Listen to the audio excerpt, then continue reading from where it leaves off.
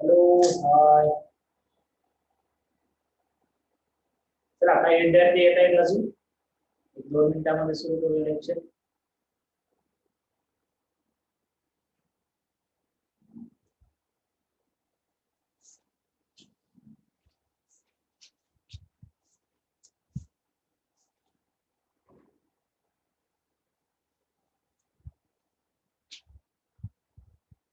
चला विद्यार्थी येत आहेत 2 मिनिटांमध्ये सुरू करूया. 10वीचे जे विद्यार्थी आहेत राईट. तर काल एक जस्ट इंट्रोडक्शनरी लेक्चर घेतलं होते की या फाउंडेशन लेक्चर मध्ये नेमकं काय असायला पाहिजे किंवा काय असणार आहे आपल्या फाउंडेशन लेक्चर मध्ये. स्पेसिफिकली मॅथ आणि फिजिक्सचा जो पार्ट म्हणून तुम्हाला शिकवला जाणार आहे. कारण बऱ्याच जणांना फाउंडेशन मध्ये काय घ्यायचं किंवा काय असतं याच्याबद्दल माहिती नसतं राईट. किंवा हे कशासाठी आहे, किती इम्पॉर्टन्स आहे, त्याचं कशा पद्धतीने त्याला अभ्यास करायचं, स्टडी करायचं, याच्यासाठीचा मी एक लेक्चर मध्ये घेतलेला आहे. काल जस्ट काय विद्यार्थी एक्झाम देत होते त्याच्यामुळे तो व्हिडिओ युट्यूब वर पण टाकलेला आहे. जर पाहिला नसेल तर आताच्या लेक्चर नंतर पाहून घ्या. मेन म्हणजे त्याच्यामध्ये असं सांगितलं मी की काय काय कव्हर केलं जाणार आहे, फाउंडेशन मध्ये काय काय कव्हर केलं जाणार आहे राईट. तर तेवढे मुद्दे आपल्याला व्यवस्थित कव्हर करायचे. आणि हे बुक पण सांगितले त्यामध्ये तुम्हाला पण बुकची काही गरज नाही. जर तुम्हाला इथे दिलेले प्रॉब्लेम जरी प्रॅक्टिस केले तर ते इनफ आहेत, लक्षात घ्या राईट. पण याचं जे इम्पॉर्टन्स आहे फिजिक्सच्या दृष्टीने जे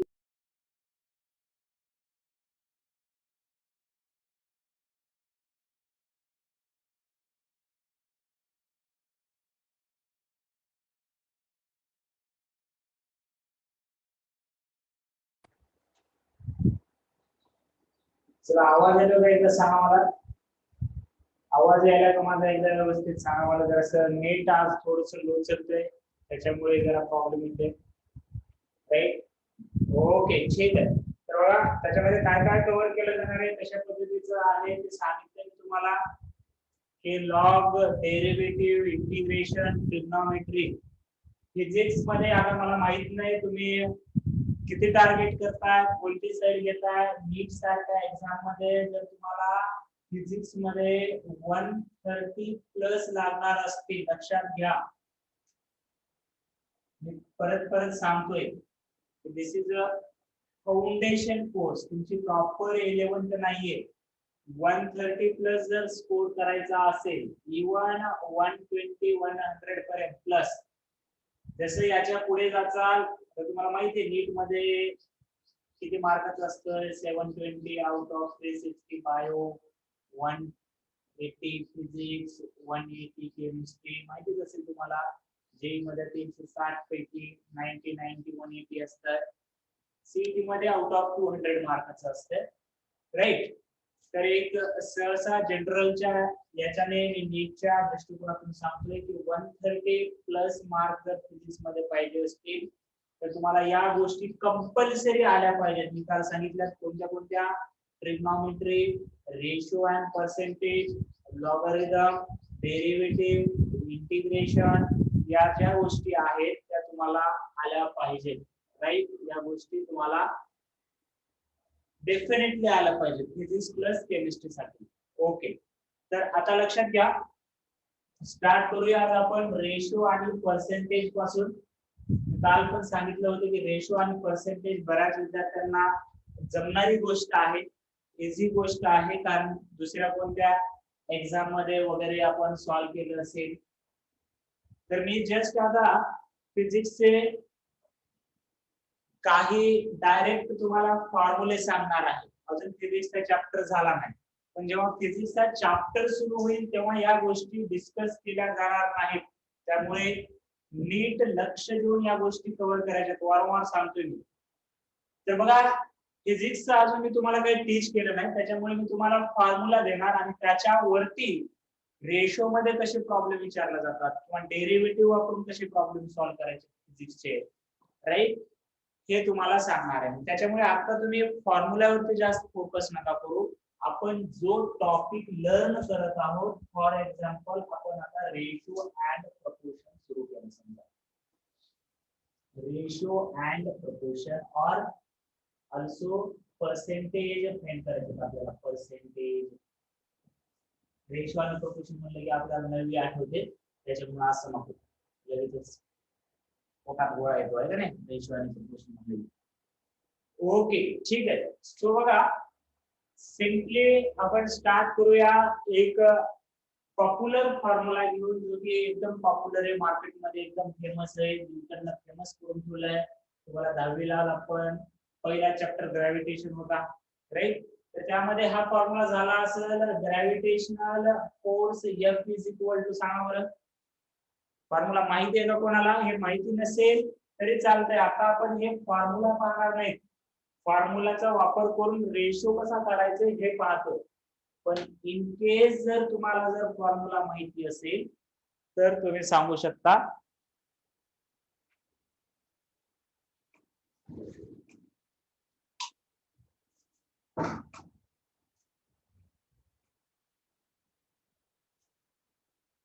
gravitational force is equal to, very good, तर gravitational force is G m1 m2 upon r square. बघा, gravitational force F is equal to J m1 m2 upon r square. Very good.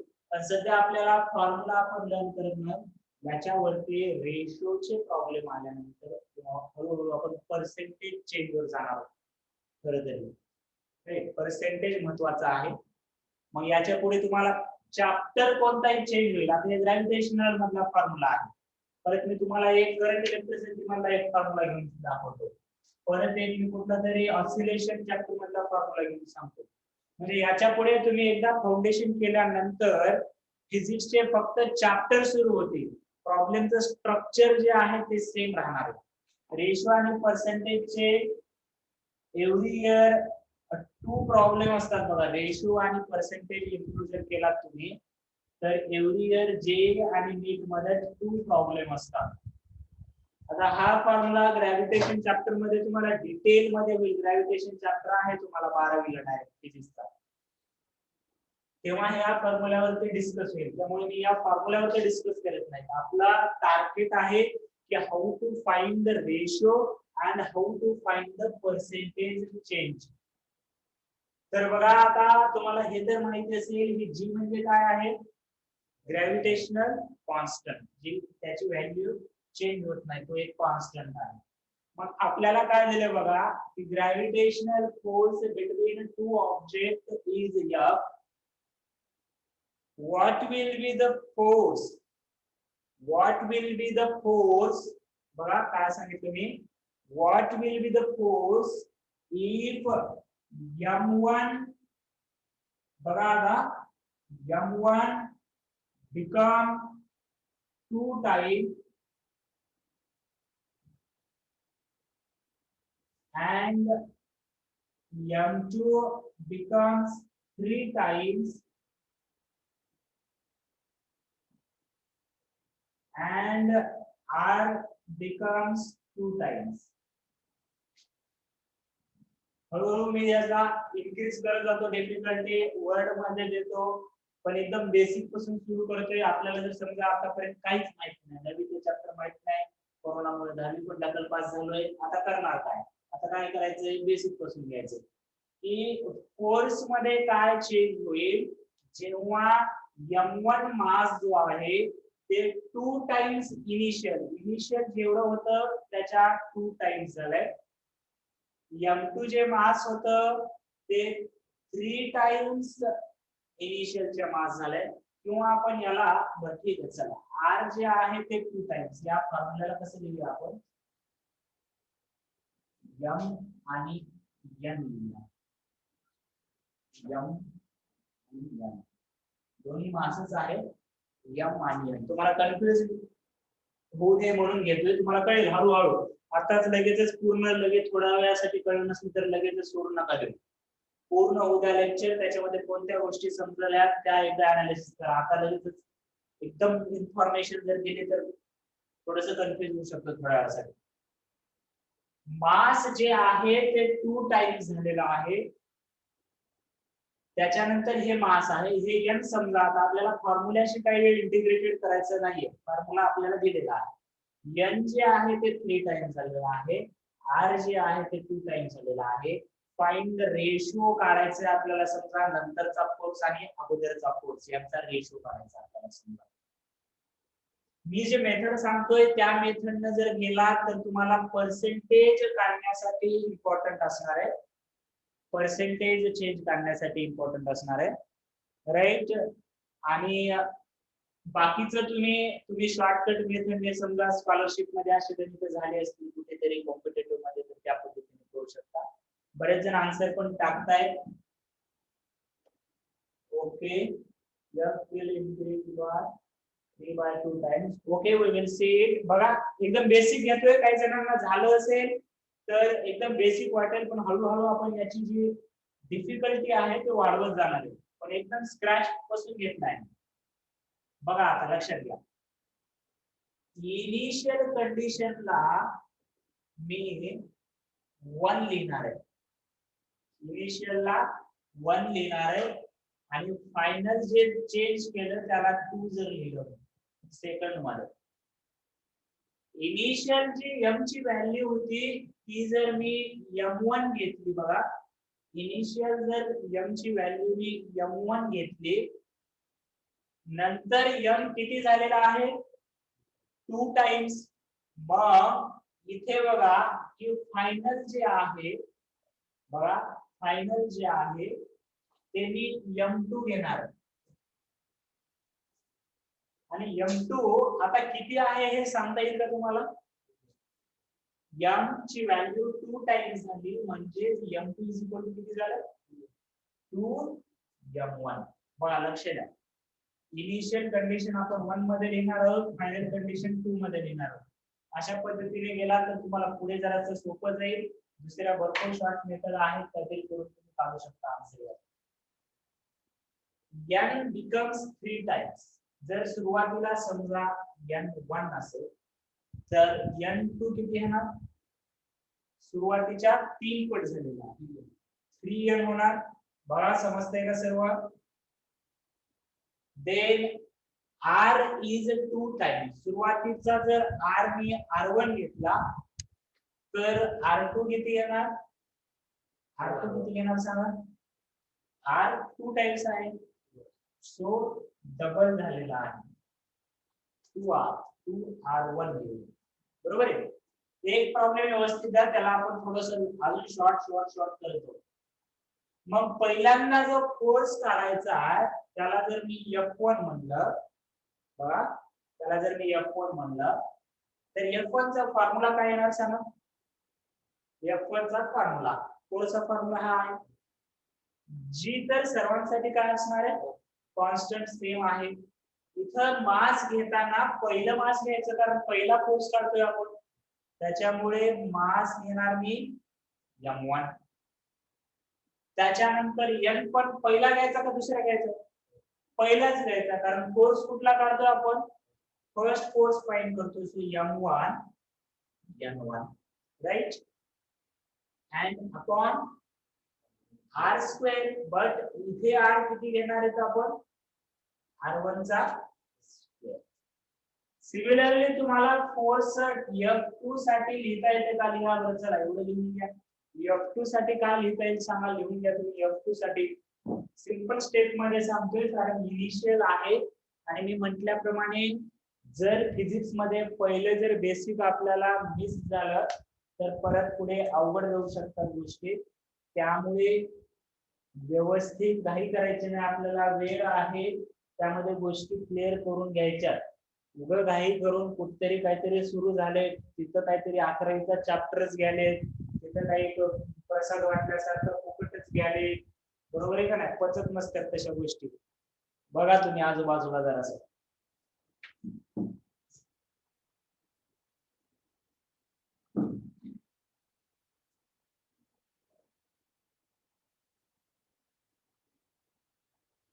एवढा clear दिसतोय की रे? अजून किती clear दिसावं तुम्हाला?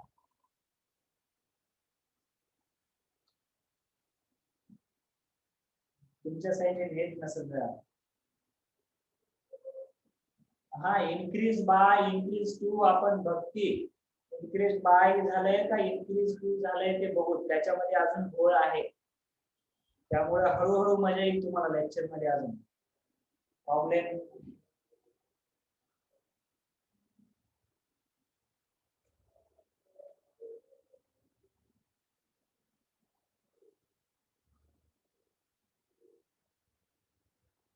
चला 10चे विद्यार्थी,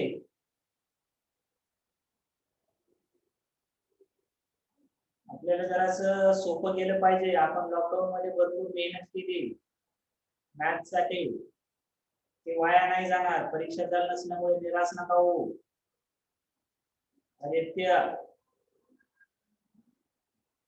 बघा, तुम्हाला हळूहळू कळेल की मॅथ आपण ऑनलाईन घेतल्यामुळे किंवा ऑफलाईन कोरोनामध्ये घेतल्यामुळे किती फायदा होईल तुम्हाला. हळूहळू ट्रिग्नोमेट्री वगैरे सुरू झाल्यानंतर गोष्टी लक्षात येतील.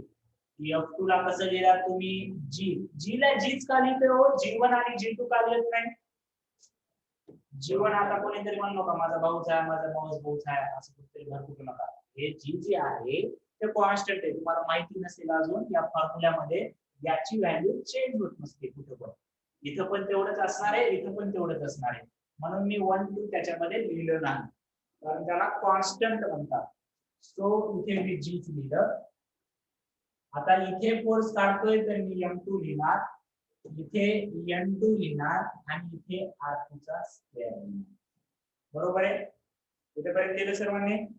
तर मग जर मला रेशो काढायचा असेल दोघांचा, आता हे डिपेंड करतं की प्रश्नामध्ये काय विचारलंय. या दोन गोष्टी वेगवेगळ्या असतील का सेम असतील? F1 बाय F2 रेशो घ्यायचा का F2 बाय F1 रेशो घ्यायचा? या दोन गोष्टी आधी सेम आहेत का डिफरंट आहेत या सांगा मला. वेगवेगळ्या आहेत का सेम आहेत? डिफरंट आहेत गोष्टी, राईट? तर मग आपण क्वेश्चन वाचताना हे सुद्धा पाहायला पाहिजे की F1 बाय F2 विचारलंय का F2 बाय F1 विचारलंय. बऱ्याच वेळेस गडबडीमध्ये काय होतं की आपण विचारलंय काय हे विसरून जातो, गडबडीमध्ये रेशो फाइंड करतो. आता सध्या वेळ लागायला, तुम्हाला एवढा वेळ लागणार नाही याच्या पुढच्या प्रॉब्लेमला, माझी गॅरंटी, राईट? पण गडबडीमध्ये काय होतं की F1 बाय F2 विचारलेलं असतं, आपण F2 बाय F1 काढून पहिलेच ऑप्शन असतं. आणि आता कॉम्पिटेटिव्ह एक्झाममुळे असं नाही की ठीक आहे त्याचे मार्क गेले, एक एक्स्ट्रा निगेटिव्ह जाणार. बरोबर आहे का नाही? त्याचे भेटायचे तर गेलेच, पण एक एक्स्ट्रा निगेटिव्ह जाणार. एवढे मेहनत करायचं, शिकायचं, येत असलेलं सगळं करायचं, चुकीमध्ये एक मार्क मायनस करायचा.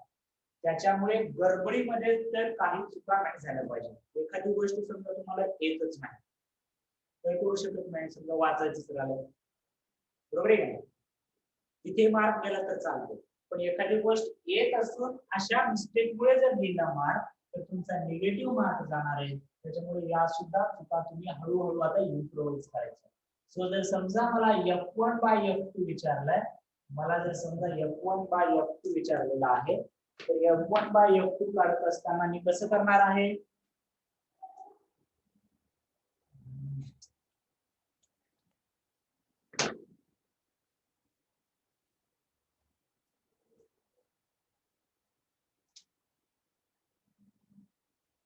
F1 बाय F2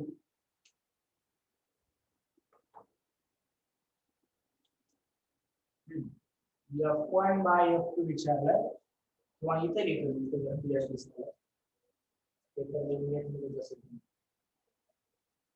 लिहून घेत चालायचंय. लेक्चर सुद्धा कसं बघायचं ऑनलाईन ते सांगितलं मी.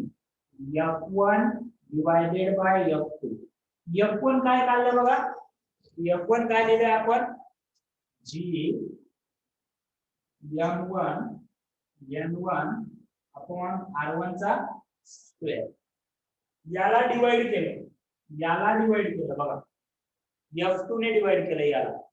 F2 काय आहे, G M2 N2 upon R2 चा स्क्वेअर. आता हे डिवाइड येतं का तुम्हाला, डिवाइड करता? एक गोष्ट लक्षात घ्या, हे खाली आहे ना याच्या, तर हे इथं जातं, आणि खालच्याच्या खालचं म्हणजे डिनॉमिनेटरच्या डिनॉमिनेटर, लक्षात घ्या हा डिनॉमिनेटर आहे आणि त्याच्या खाली डिनॉमिनेटर आहे, हा वरी येत असतो, बरोबर आहे.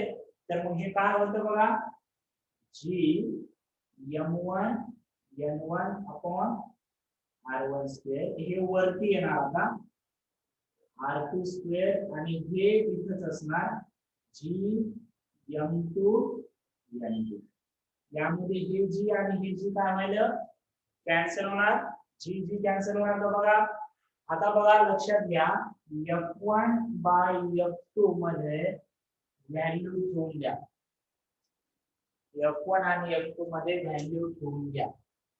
काय व्हॅल्यू ठेवून घेणार, हे M1 ला बघा, M1 ला M1 ठेवा, N1 ला N1 ठेवा. R2 ला काय ठेवू शकतो, R2 हे किती आहे, 2 टाइम्स R1. आता इकडे लक्ष द्या, R2 हे 2 टाइम्स R1 आहे, म्हणजे R2 चा स्क्वेअर आहे, तर R2 ला जर मी 2 टाइम्स R1 ठेवलं, तर या ब्रॅकेटचा काय करायचं आपल्याला, स्क्वेअर करायचं. त्याच्यानंतर खाली R1 स्क्वेअर ला R1 स्क्वेअर असणार. M2 ला काय ठेवणार हो, M2 किती आहे, 2M1, M2 च्या जागी बघा 2M1 ठेवलं, आणि N2 3M2 N1. बघा M2 ज्या सेकंड कंडिशन आहेत त्या सर्व व्हॅल्यू ठेवल्या याच्यामध्ये. हे स्टेप समजते का बरोबर, इथपर्यंत समजले का, इथपर्यंत क्लिअर आहे का सांगा मला. ही स्टेप समजले, व्हॅल्यू मी 2 आणि 1 च्या ठेवलेल्या आहेत, सर्वांना समजले का सांगा लवकर, चला. Yes, okay. तर बघा आता लक्षात घ्या की हे M1 आणि हे M1 कॅन्सल, हे N1 हे N1 कॅन्सल. उरतं काय बघा, उरतं काय तुम्ही लिहून घेतला असं अजून केलं नाही, ते लिहायला सांगितलं होतं. तर F1 by F2 is equal to, हे कॅन्सल झालंय, 2R1 चा स्क्वेअर, 2 चा स्क्वेअर 4, R1 चा अपॉन हे R1 चा, आणि खाली किती आहे 3 into 2 6. हे R1 स्क्वेअर 4 बाय, म्हणजे रेशो किती आला, जर F1 बाय F2 विचारला असेल आपल्याला तर किती आला रेशो, आणि जर F2 बाय F1 विचारलं तर आता परत करत बसायचं का, F2 बाय F1 याच्या उलट येणार, F2 बाय F1 विचारलं असेल तर 3 बाय 2. चला प्रॉब्लेम समजला असेल तर मला एकदा परत यस म्हणून रिप्लाय करा आणि लिहून घ्या. आता याला शॉर्ट मध्ये कसं करायचं ते पाहूया. मी तुम्हाला पूर्ण मेथड सांगितली 1 बाय 1 स्टेप, आणि रिस्पॉन्सिव्ह राहायचंय. ओके सर्व, याला आपण आता शॉर्ट मध्ये करूया. एकदम शॉर्ट मध्ये तुम्हाला प्रॉब्लेम वाचल्या वाचल्या बघा, फक्त 2-3 लेक्चर उद्या तुम्ही असे प्रॉब्लेम तोंडी पण करू शकता, एवढी गॅरंटी माझी. तुम्ही फक्त व्यवस्थित लेक्चरवर फोकस करा, व्यवस्थित जे काही प्रॉब्लेम सांगतोय त्याच्यावरतीच घरी रिवाइज करायचंय. याचे 3 लेक्चर झाल्यानंतर गॅरंटी आहे तुम्ही तोंडी प्रॉब्लेम करू शकता, फक्त व्यवस्थित लक्ष पूर्ण कॉन्सन्ट्रेशन 100% द्यायचं. बघा ना, आता लाईव्ह चालू आहे की आता युट्यूबवर कशाला, युट्यूबवर टाकलेलं कालचं आहे, काल तर असं एक्झाम वगैरे केले होते स्टुडंट.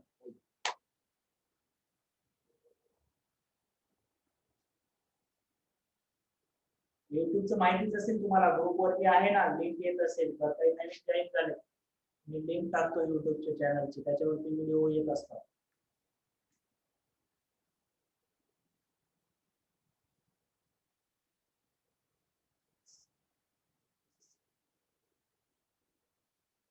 हा, जरा आजचं वायफाय स्लोच आहे, जरासं आपल्याकडे अहमदपूर आहे कडे, काय करणार.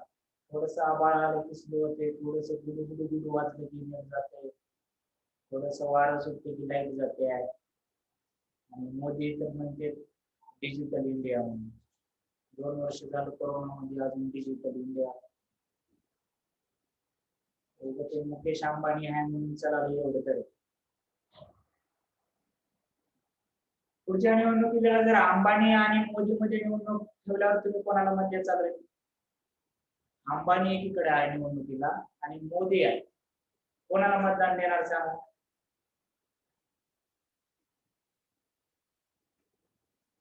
अंबानीला द्यायला पाहिजे म्हणून, त्याने आपली बेसिक गरज भागवली आपली नेटची, आहे का नाही?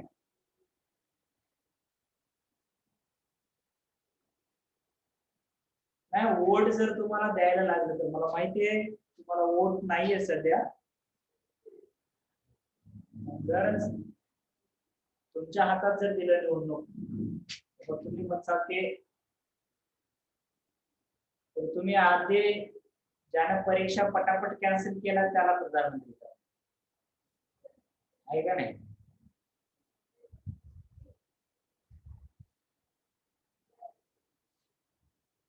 बर, चला आता याला शॉर्ट मध्ये करायचा प्रयत्न करू. दरवेळेस एवढं नाही सर, 180 मार्क म्हणजे आम्हाला फिजिक्स मध्ये 45 क्वेश्चन असतात, 3 तासाचा पेपर असतो, बरोबर आहे. 45 45 90 180 म्हणजे जवळपास आम्हाला मिनिटाला एक प्रश्न सोडवावा लागतो, अशा पद्धतीचा आहे. ते तर 15 मिनिटं चालल्यात असं सोडवण्यासाठी. बर, याला शॉर्ट मध्ये काय करता येईल सर? नक्कीच करता येईल. आता बघा, याच्यामध्ये हे काय चेंजेस झाले या व्हॅल्यू आपण नंतर ठेवल्या, बरोबर आहे. या ज्या व्हॅल्यू ज्या आहेत त्या काय ठेवल्यात आपण नंतर ठेवल्या. इथपर्यंत बघा बरं, कोणताही फॉर्म्युला दिला तर इथपर्यंत स्टेप सर्व सेम असणार का? ह्या ज्या स्टेप आहेत त्या सर्व काय असणार? इथपर्यंत सर्व स्टेप सेम असणार. आपण रेशो घेणार, हा जर रेशो जर घेतला आम्ही तर बघा, gm1n1 upon r1 square into हे वरती r2 स्क्वेअर वरती जाणार आणि खाली gm2 n2. बघा, एवढा वेळ लागणार नाही आता तुम्हाला प्रॉब्लेम नाही. तर हे कॉन्स्टंट जे आहे ते काय झालं? कॅन्सल झालं. f1 बाय f2 चा डायरेक्ट फॉर्म्युला काय आहे बघा, रेशो जर काढायचा झाला तर m1 बाय m2 यायला बघा. आता मी शॉर्ट मध्ये सांगायचं, m1 बाय m2 यायला असं एकत्र तुम्हाला सोपं जावं म्हणून लिहायला, हे असंच आहे पण सोपं जावं म्हणून लिहायला, n1 अपॉन n2 यायला. आणि काय यायला बरं सांगा बरोबर, r2 चा स्क्वेअर अपॉन, म्हणजे जर तुम्ही फॉर्म्युला बघा, आता फॉर्म्युला बघा, f इज इक्वल टू काय होता फॉर्म्युला आपला, gmn upon r square. Formula बघा, f मध्ये वर कोण आहे? m आहे, मग इथं F1 बाय F2 जर घेतलं मी रेशो तर M1 बाय M2 वर M आहे तर N1 बाय N2 आणि R खाली आहे का वर आहे खाली आहे मग इथं R1 बाय R2 आले का R2 बाय R1 आले R2 बाय बघा इथं खाली आहे म्हणून इथं 1 ला F आणि M मध्ये F वर आहे M पण वर आहे म्हणून F1 आहे तर M पण 1 आहे आणि F2 आहे M2 आहे इथं N1 आहे कारण N वर आहे N2 खाली आहे पण इथं R खाली असल्यामुळे इथं 1 लिहिले का 2 लिहिले R2 बाय R1 आणि इथं स्क्वेअर आहे इथं कुठे स्क्वेअर होता का M आणि N ला मग इथं स्क्वेअर आहे तर R ला सुद्धा काय लिहिलं मी स्क्वेअर लिहिलं म्हणजे आपल्याला शॉर्ट मध्ये जर लिहायचं झालं तर याला प्रोपोर्शनल म्हणतात वर असलं फॉर्म्युल्यामध्ये वर असलं तर डायरेक्टली प्रोपोर्शनल म्हणायचंय खाली असलं तर इनव्हर्सली प्रोपोर्शनल मग मला सांगा फोर्स M ला डायरेक्टली प्रोपोर्शनल आहे का इनव्हर्सली N ला आणि रेडियस ला इनव्हर्सली त्याच्या कशाला प्रोपोर्शनल आहे स्क्वेअर ला इनव्हर्सली प्रोपोर्शनल टू स्क्वेअर बघा ही खूप महत्त्वाची गोष्ट सांगतोय मी प्रोपोर्शनॅलिटी फिजिक्स मध्ये आता याच्या पुढे चॅप्टर मध्ये तुम्हाला भरपूर सारे लॉ पाहायचे काही एक दोन स्टुडंट 12चे पण आलेले आहेत म्हणजे करंट बॅचचे चालू असलेले काही अडचणी असतील तर क्लिअर करून द्यायला त्यांना लक्षात येईल की फिजिक्स मध्ये आपण पूर्ण लॉ पाहतोय लॉच्या वेळेस आपण असंच पाहतो लॉ मध्ये असं दिलं असतं डायरेक्टली प्रोपोर्शनल का इनव्हर्सली प्रोपोर्शनल त्याच्यावरून तुम्हाला हा रेशिओ काढता आला पाहिजे म्हणजे मी जर असं म्हणलं बघा एक क्वांटिटी आहे x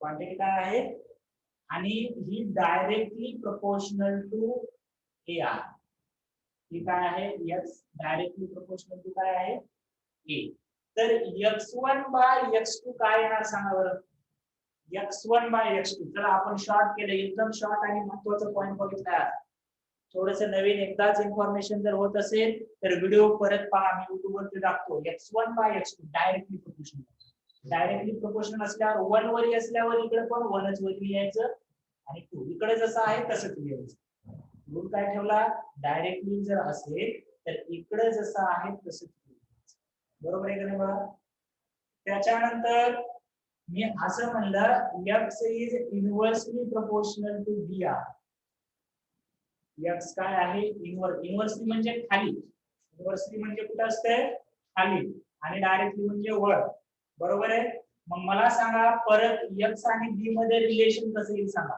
x1 बाय x2 कसं येणार b1 बाय b2 येईल का b2 बाय b1 येईल b2 बाय चला लवकर सांगा बरं काय येणार b2 बाय व्हेरी गुड बघा इनव्हर्सली प्रोपोर्शनल म्हणलंय खूप शॉर्टकट मेथड होणार आहे आता आपल्याकडे x is inversely proportional to b म्हणल्यानंतर इकडे 1 2 असेल तर इकडे 2 1 करायचं खाली वर करायचं इकडचं उलट करायचं 1 2 आहे 2 1 आहे इनव्हर्सली मध्ये असं करायचंय डायरेक्टली मध्ये असं करायचं बरोबर आहे दोघांना जर एकत्र केलं तर मी काय म्हणलं x inversely proportional to a म्हणजे याला असं लिहू शकतो का बघा x is inversely proportional to a by b x is inversely proportional to a by b तर मग फॉर्म्युला काय येणार आपला x1 बाय x2 काय येणार चला तुम्ही लिहा तुम्ही घ्या स्वतः लिहा इथे काय येणार x1 बाय x2 काय येणार लिहा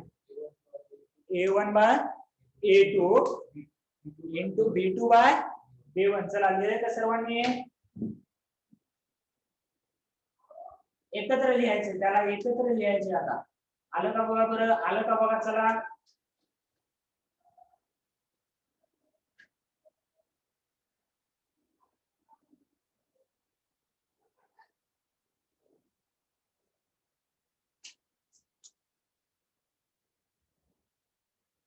बाकीच्यांनी सिद्धांत श्रुती वेदांत जे काही विद्यार्थी आहेत यायले का सांगा रे येत नसलं तर अजून स्लो करता येते याला की x1 बाय x2 जे आहे डायरेक्टली प्रोपोर्शनल टू ए आहे, त्याच्यामुळे याला रेशो घेत असताना A1/A2 येणार आणि इन्व्हर्सली प्रोपोर्शनल टू बी आहे, इथे 1:2 असलं तर इथे 2:1 पाहिजे.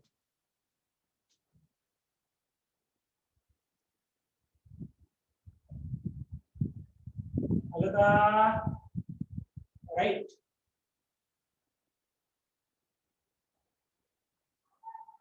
डायरेक्ट प्रॉब्लेम सॉल्व करता येईल का आता याच्यावरती बघा बरं. एक प्रॉब्लेम देतो, करता येते का पहा. लक्ष द्या. एक प्रॉब्लेम देतो आता, हे तर लिहून घेतलंय तुम्ही, लिहून घेत चला. लिहून जर घेतला नाही तर 2 महिन्यानंतर पुनर्जन्म झाल्यासारखं वाटेल. फिजिक्सचा चॅप्टर सुरू झाला की काय झालं ऑनलाईन मध्ये एक स्वप्न पडल्यासारखं एक वाईट स्वप्न म्हणून विसरून परत मग कोणी शिकवलं, कधी शिकवलं, काय शिकवलं असं होतंय, झालेलं आहे. त्यामुळं बघा आपल्याकडे एक फॉर्म्युला आहे, x मी सांगितलं A/B. So find the ratio if A becomes 4 times and B becomes 2 times. चला x1/x2 x चा रेशो काढायचा आहे. x1/x2 आता डायरेक्ट करता येते का बघा बरं. दिलेल्या फॉर्म्युल्यानुसार शॉर्ट मेथड पाहिजे आता आपण.